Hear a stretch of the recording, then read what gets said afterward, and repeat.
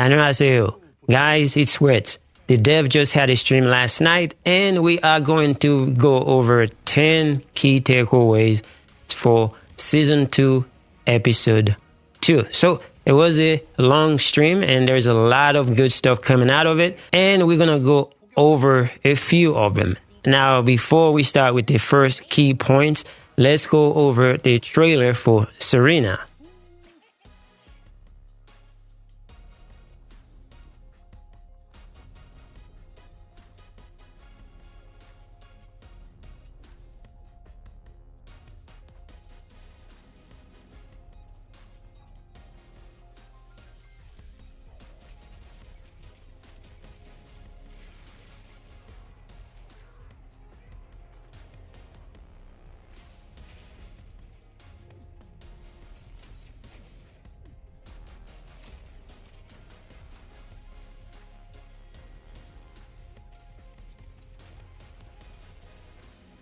Now, she looks very impressive, and this is something that we never had before. She's a aerial descendant, so she flies in the air and doing damage in the air. So I think it's a very good addition to the game. Now, let's go over our first major key takeaway from this stream. It's rebalancing. Now, let's hear what the dev have to say about rebalancing. So the performance will be adjusted across descendants with the patch, and our yardsticks will be Fiesta, Velvy, Bunny, and Haley. Any relatively underperforming descendants will be buffed. Now you heard them about the rebalancing, so now let's hear what they have to say about nerfing. However, we do need to adjust OP descendants like Freyna or Innis. With Freyna, it's possible to counter it with contents. However, with Innis, we haven't really found a long-term balancing solution yet. So it was a difficult decision, but we decided to nerf her to Freyna's level.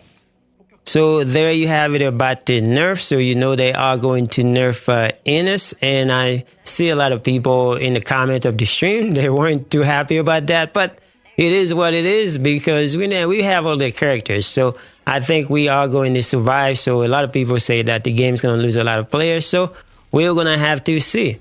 All right, now for our next major point, let's talk about Serena and her skills. And to do that, we're not going to go over the skills because it was just the dev showing you the skills.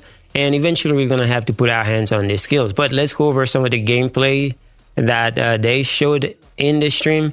And we can take it from there.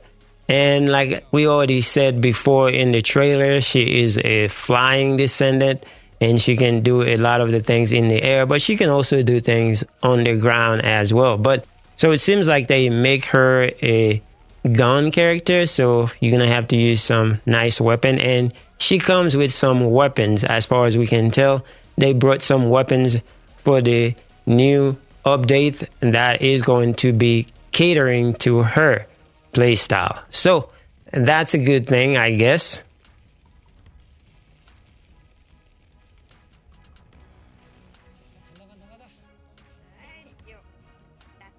was a close. Oh my god. It's a very close call now. Someone is rooting for the colossus.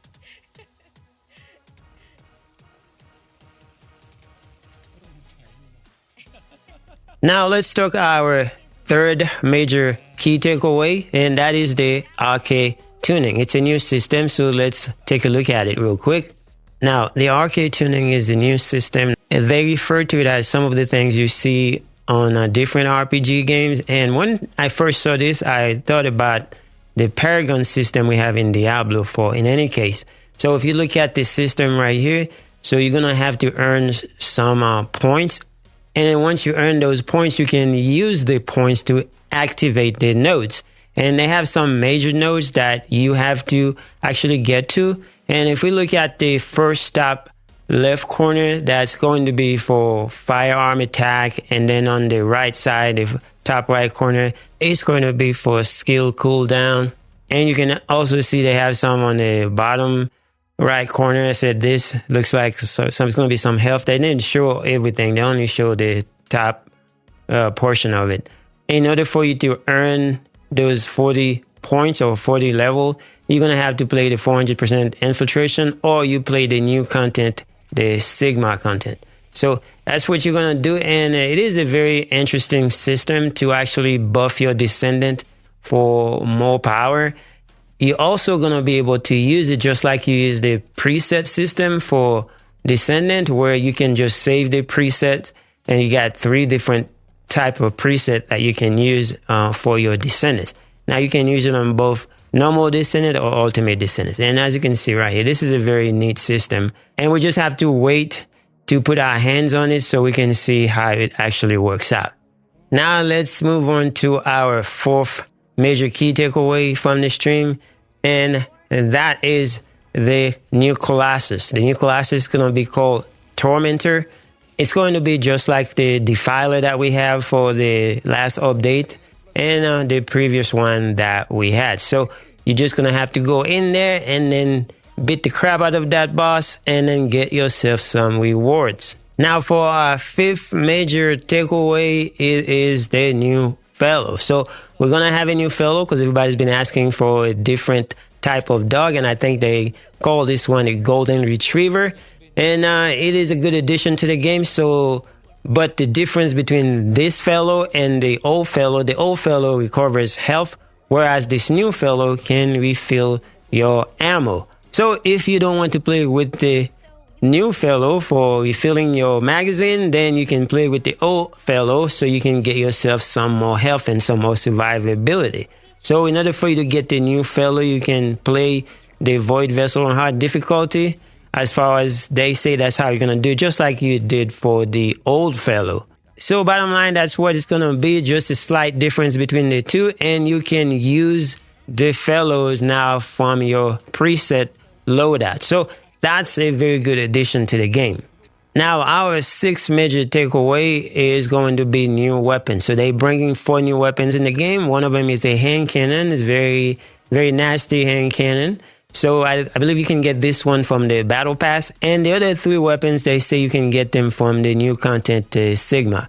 So those are some assault rifle, a sniper rifle, and also a beam rifle. They look pretty snazzy. We just got to put our hands on them so we can see how good they are. So as you know how weapons are in this game, they start out very bad and then they get very good. So we'll have to see. Now, our 7th major takeaway is going to be some bad news for all system players. Like I'm talking about PlayStation 4 and Xbox One. So they're going to stop providing support for those. For those of you guys that are playing on these old systems, sorry to hear that. But they say you can keep your progress, especially if you're going to do crossplay. So whenever you decide you can play on Steam, or you can also buy a new console. Whenever you get a new console, then you will keep your progress because they are going to hang on to all your progress on their servers. Now, our next major key takeaway is going to be their future plans. They have a lot of plans for the game, and they starting in April and then going into May. So you can see them on screens, everything they got planned for the game. So hopefully all these things will make the game a lot better. Now, moving on to our next key takeaway is going to be some events they plan on starting on March 13, which is when the update's going to drop. And we have some freebies. So those are going to be some of those events. We have them in the past. And for those of you that miss out on the Ultimate Bunny, then you'll be able to get that one as well. And also, if you already have the Ultimate Bunny, then you can get some Haley skins. Now, our next key takeaway is going to be another event, just like some of the ones in the past where you can earn tokens for doing this event. It's going to be a Serena theme event. So you're just going to be able to earn 1 catalyst every day. That is very good. Now, on top of that, we don't know all the details yet, but I'm just going to tell you that it seems like it's going to be a great event. Anytime that you can get some free stuff, anytime you can get some free catalysts, it is glorious. So we can't wait to start this on the 13th. Now, our final key takeaway are going to be some skins. So for those of you guys that are very interested in getting those skins, they show some very nice skin. They showed us some skin for Serena, and they also showed us some skin for Glay.